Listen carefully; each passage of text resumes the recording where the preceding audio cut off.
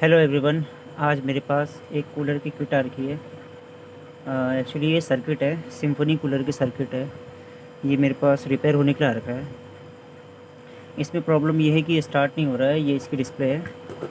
मैंने इसकी डिस्प्ले वगैरह चेक करी है, डिस्प्ले वगैरह सब ठीक है। माइक्रो कंट्रोलर भी ठीक ही है इसका। इसकी पावर सर्किट से प्रॉब्लम है। एक बार सर्किट को रिपेयर करके देखेंगे, चेक करेंगे एक बार हम सर्किट को। उसके लिए मैं मल्टीमीटर को बजर की रेंज में रख लेता हूँ। बजर की रेंज में मैंने यहाँ पर रख दिया है। बजर की रेंज में यहाँ पर रख दिया मैंने मल्टीमीटर को। और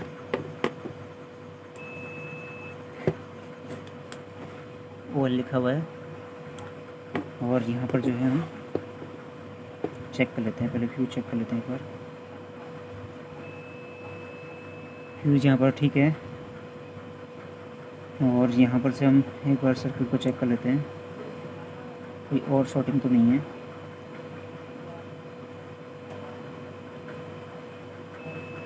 ये भी ठीक है। यहाँ पर डायोड चेक कर लेते हैं एक बार।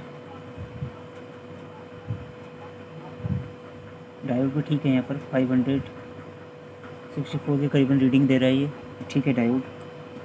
कैपेसिटर भी कुछ बस से नहीं दिख रहे हैं, फिजिकल टाइप से तो कुछ नहीं दिख रहा है।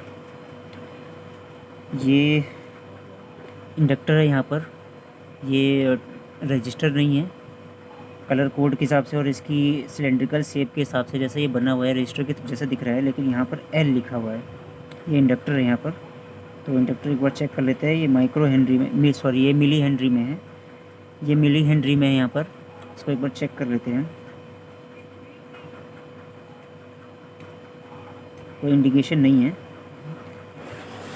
ठीक है। हो सकता है, हो क्या सकता है ये ख़राब है, इसको निकाल देते हैं।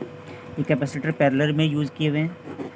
ये कैपेसिटर का जो ये वाला लेग है, नेगेटिव वाला लेग, वो इस नेगेटिव में लग गया है। मतलब अगर आप इसको नेगेटिव बनाना चाहते हो तो नेगेटिव बना सकते हैं इसे, ठीक है। ये यहाँ पर फ्यूज़ लगा हुआ है, इस फ्यूज़ के द्वारा बाईपास हो रखा है यहाँ पर।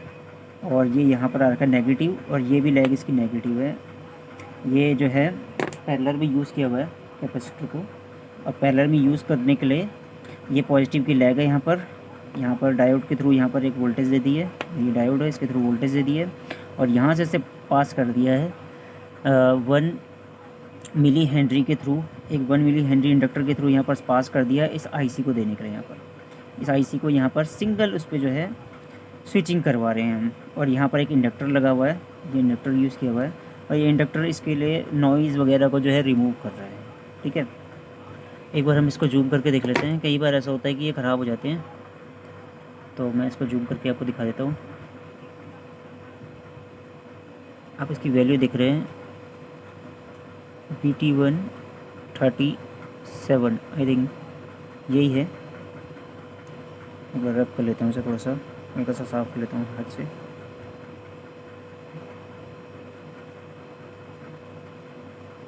सॉरी, ये है BT134 और ये है BT134, ठीक है। BT134, BT134, सॉरी ये दोनों BT134 हैं। ये वाले जो हैं ये दोनों BT134 हैं। और ये जो थोड़ा सा बड़ा वाला है ये है BT137, ठीक है। ये BT137 है, ये BT134 हैं। और जो ये रजिस्टर के ट्रांजिस्टर के जैसे दिख रहे हैं ये BT131 है ये। और इसके पीछे भी BT131 लगा हुआ है। ये आपका BT137 है, BT134 हैं, ठीक है। ट्राइक लगा हुआ है ये। और ये भी देख लेते हैं हम 79L05, 79L05, ये 7809 है, सॉरी 7805 है। वैसे भी यहाँ पर आप 7805 भी यूज़ कर सकते हो। जब कभी भी आप 7805 यहाँ यूज़ करते हो, मैं इसे जूम आउट कर लेता हूँ। एक चीज़ बहुत ध्यान देने वाली बात है यहाँ पर, ये यहाँ पर नेगेटिव पॉइंट है। 79L05 जो है इसकी ये नेगेटिव यहाँ पर होती है। तो 7805 की नेगेटिव ये होगी, ये नेगेटिव है। और ये पॉजिटिव है इसकी।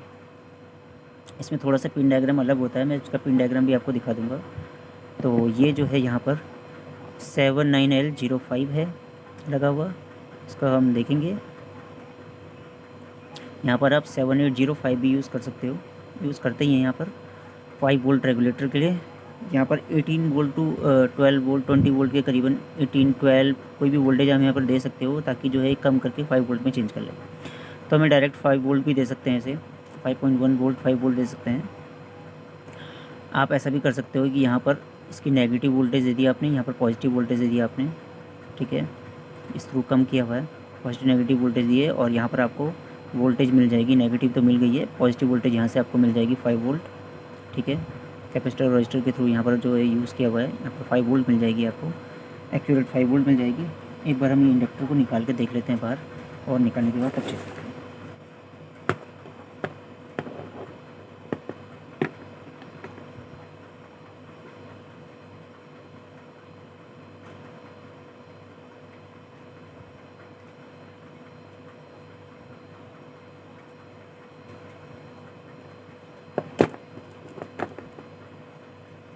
वैसे तो ट्यूज़र से निकालना सही रहता है। अब मुझे थोड़ा सा आदत पड़ गई है, तो हाथ से निकालने की आदत पड़ गई है इसे।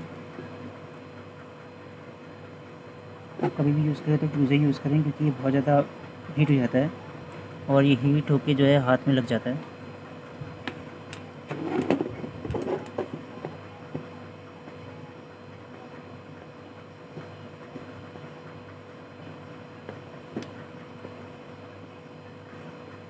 मार्केट में भी चेक कर लेंगे, अगर ये नहीं मिलेगा तो फिर हम इसका एक ही इलाज है कि इसके वायर के बराबर की एक वायर को लपेट के इंडक्टर के फॉर्म में बना देंगे, और इंडक्टर को लगा देंगे। 1 मिली हेनरी के करीबन बनाएंगे। मल्टीमीटर को रख देते हैं यहाँ पर, हम इसके ऊपर चेक कर लेते हैं, क्योंकि इंडक्टर जो है पोलैरिटी जो है बीप के फॉर्म में देता है। कुछ ऐसे बीप करेगा, कोई बीप नहीं दे रहा है, ये कोई साउंड नहीं है, यहाँ कोई बीप नहीं है, कोई साउंड नहीं है यहाँ पर।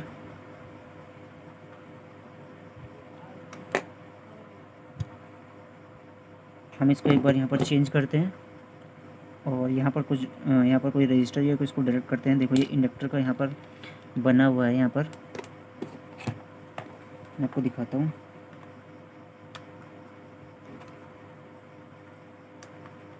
ये इंडक्टर का यहाँ सिंबल बना हुआ है, यहाँ पर इंडक्टर का सिंबल बना हुआ है, और L1 लिखा हुआ है। इसका मतलब यहाँ पर इंडक्टर यूज़ किया हुआ है। यहाँ पर मैं कोई वायर का पीस लगा के देखता हूँ एक बार, और या तो फिर रजिस्टर के थ्रू इसको करता हूँ पास, और इसको चेक करते हैं तब, और तब देखते हैं कैसे वर्क कर रहा है। मैं यहाँ पर 100 ओम की एक रजिस्टर को यूज़ करता हूँ, और उसके बाद इसको चेक करते हैं। तो मैंने यहाँ पर ये 100 ओम की रजिस्टर ले ली है, इसको यहाँ पर यूज़ करके देख लेते हैं। तार से ही लगा लेता हूँ ऐसे यहाँ पर, मैं इसको यहाँ से यहाँ पर शॉर्ट कर लेता हूँ, उसको देख लेता हूँ चला के ये काम वर्क कर रहा है नहीं कर रहा है। हमें बस आईसी चेक करनी है कि आईसी स्विच हो रही नहीं हो रही है।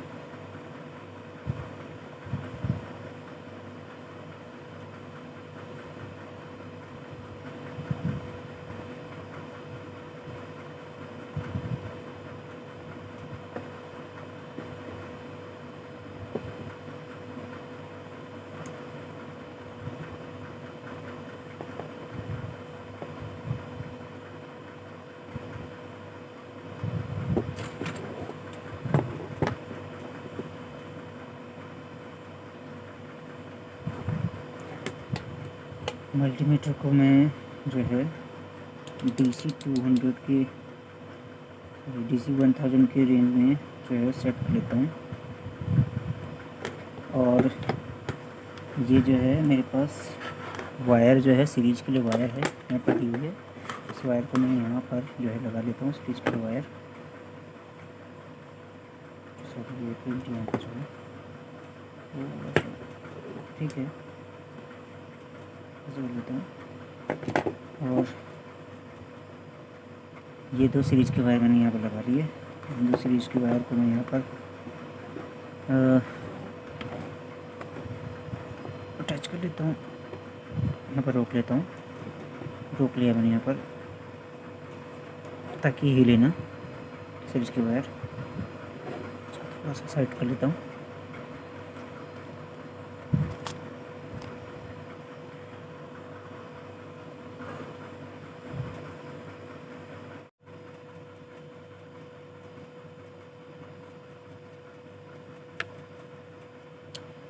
अब एक बार हम जो है सीरीज लैम्प को यहाँ पर अटैच कर लेते हैं। मैंने ये वायर अटैच कर ली सीरीज लैम्प में। मैं इसको सीरीज लैम्प में लगाता हूँ कि क्या होता है, देखते हैं।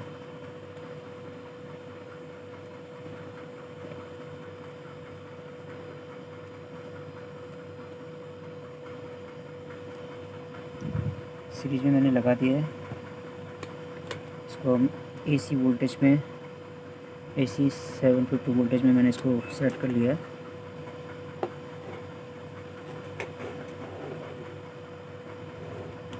थोड़ा सा जूम आउट करता हूँ मैं, ठीक है। 750 वोल्टेज मैंने इसे सेट कर लिया है। एक बार इसकी AC वोल्टेज चेक कर लेते हैं हम।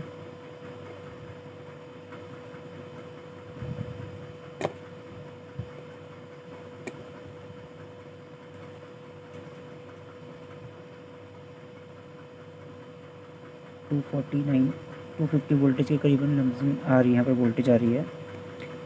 यहाँ चेक कर लेते हैं एक बार। 250, 246, 250 के समथिंग यहाँ पर भी आ रही है वोल्टेज, ठीक है। एक बार इन कैपेसिटर पे यूज़ कर लेते हैं। कैपेसिटर के लिए हम इसको जो है 1000 वोल्टेज पे यूज़ करता हूँ, क्योंकि ये DC कैपेसिटर DC वोल्टेज में जो है यहाँ पर से डायोड लगा हुआ है जो DC में चेंज कर दे रहा है। तो यहाँ पर हमने इसको चेक कर लेते हैं, यहाँ पर चेक कर लेते हैं इसे।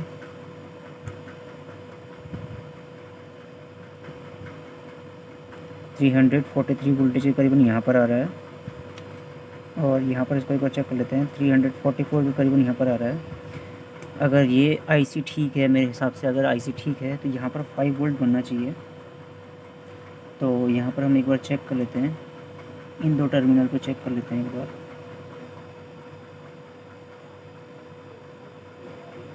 फोर 4.98 वोल्टेज बना रहा है ये, 5 वोल्ट के समथिंग वोल्टेज बना रहा है।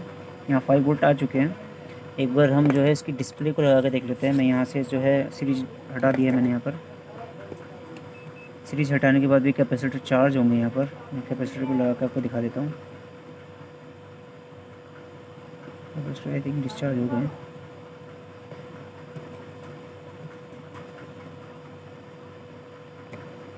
ठीक है, यहाँ पर 5 वोल्ट आ गए हैं। एक बार हम डिस्प्ले को लगा कर देख लेते हैं। मैं इसलिए क्या करूँगा कि डिस्प्ले की पावर कॉर्ड को यहाँ पर अटैच कर लेता हूँ। कई बार केसेस में क्या होता है, IC ख़राब हो जाती है। अगर IC ऐसे ख़राब हो जाती है आपकी, उसको फेंकने की कोई ज़रूरत नहीं है। वैसे भी बहुत महंगा आता है ये बोर्ड। इस बोर्ड की मार्केट वैल्यू 1065 रुपीज़ या 1200 रुपीज़ के करीबन है। यहाँ पर कंपनी में ये 1800 के करीबन था। अमेज़न वगैरह में ये 1065 या 1200 के लमसम था ये बोर्ड, पावर बोर्ड की जो कीमत है। लोग इसको हटा के यहाँ पर रेगुलेटर वाला लगा देते हैं। अब किसी को रिमोट वाले की ज़रूरत है तो वैसे बनाया है ऐसे। यहाँ पर हमने इसको लगा दिया है, कीपैड वगैरह लगा दिया है। अब हम इसको चेक करेंगे, ठीक है, और टेस्ट करके देखेंगे कि ये प्रॉपर वर्क कर रहा है कि नहीं कर रहा है। मैं थोड़ा सा इसको और आगे कर देता हूँ। यहाँ पर कीपैड भी दिख जाएगा आपको, और यहाँ पर इसकी सर्किट बोर्ड दिख जाएगा। पावर बटन यहाँ पर है, ठीक है। यहाँ पर हम जो है इसको थोड़ा सा पीछे कर लेते हैं। मल्टीमीटर को यहाँ साइड कर लेता हूँ और मैं इसको लगा के देखता हूँ। ये स्टार्ट हो गया। ये लाइट आने का मतलब ये स्टार्ट हो चुका है। अब यहाँ पर ये इंडिकेट कर रहा है कि यहाँ पर वाटर पंप ऐड नहीं है। वाटर पंप को ऐड करने के लिए बोल रहा है। मैं यहाँ से एक बार पावर का बटन दबाता हूँ, ये स्टार्ट हो गया, ठीक है। और उसके बाद स्विंग के लिए यहाँ पर यूज़ कर सकते हैं हम। टाइमर वगैरह यहाँ पर लगा हुआ है। और ये कूल जो है आपका, जो कूलर का फ्रंट वाला विंडो है उसके लिए चलाने के लिए है। ये फ़ैन को ऑन ऑफ करने के लिए है।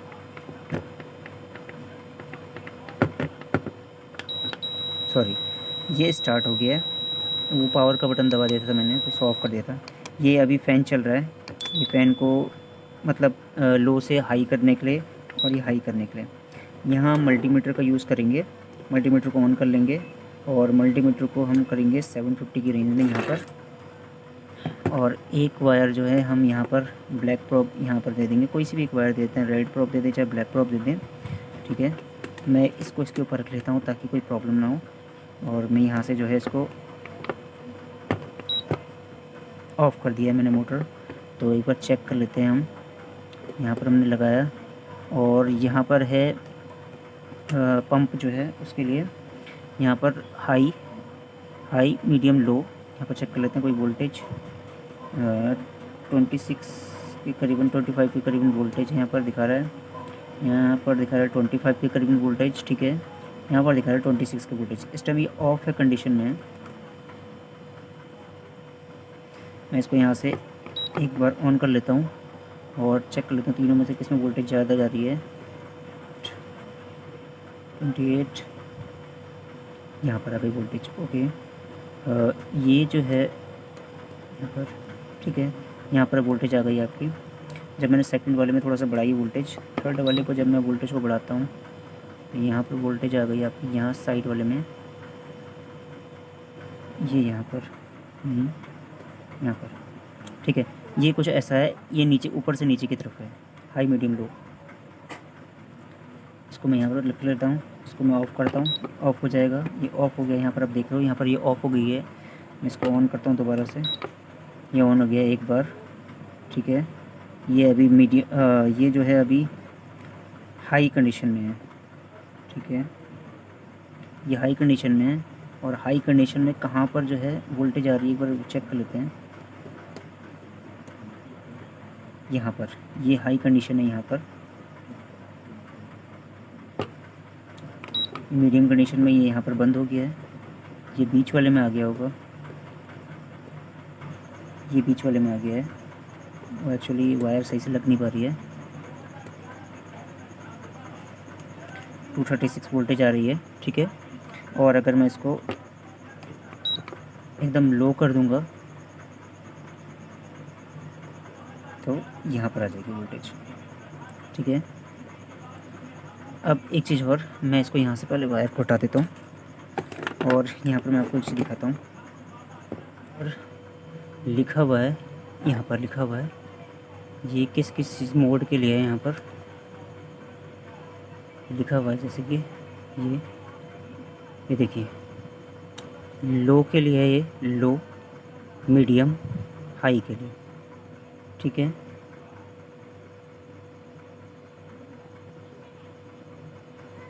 ये स्विंग मोटर के लिए है, ये कूल के लिए है। स्विंग मोटर मतलब जो आगे की घूमती है, वो कूल के लिए, पंप के लिए है ये यहाँ पर।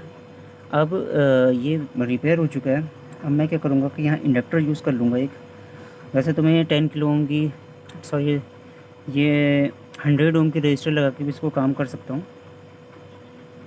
पर हम यहाँ इंडक्टर यूज़ करेंगे और इसको प्रॉपर फिट करेंगे और हम इसको चलाएंगे। और कोई भी प्रॉब्लम हो तो आप इसको जो है यहाँ पर से 5 वोल्ट के लिए कन्वर्ट कर सकते हो। इस यहाँ पर इस रेगुलेटर आईसी से यहाँ पर 79L05 आईसी लगी हुई है, रेगुलेटर आईसी। आप इसको चेंज करके 7805 कर सकते हो। लेकिन आपको एक खास ख्याल रखना पड़ेगा, यहाँ पर ये नेगेटिव और पॉजिटिव यहाँ पर से इंटरकनेक्ट करने पड़ेंगे आपको इस वायर से, नहीं तो जो आपका ये माइक्रो कंट्रोलर है ये ख़राब हो जाएगा। इसको ध्यान दें, अपना बहुत सारा ख्याल रखें। Thank you for watching. Please like and subscribe my YouTube channel. Thank you.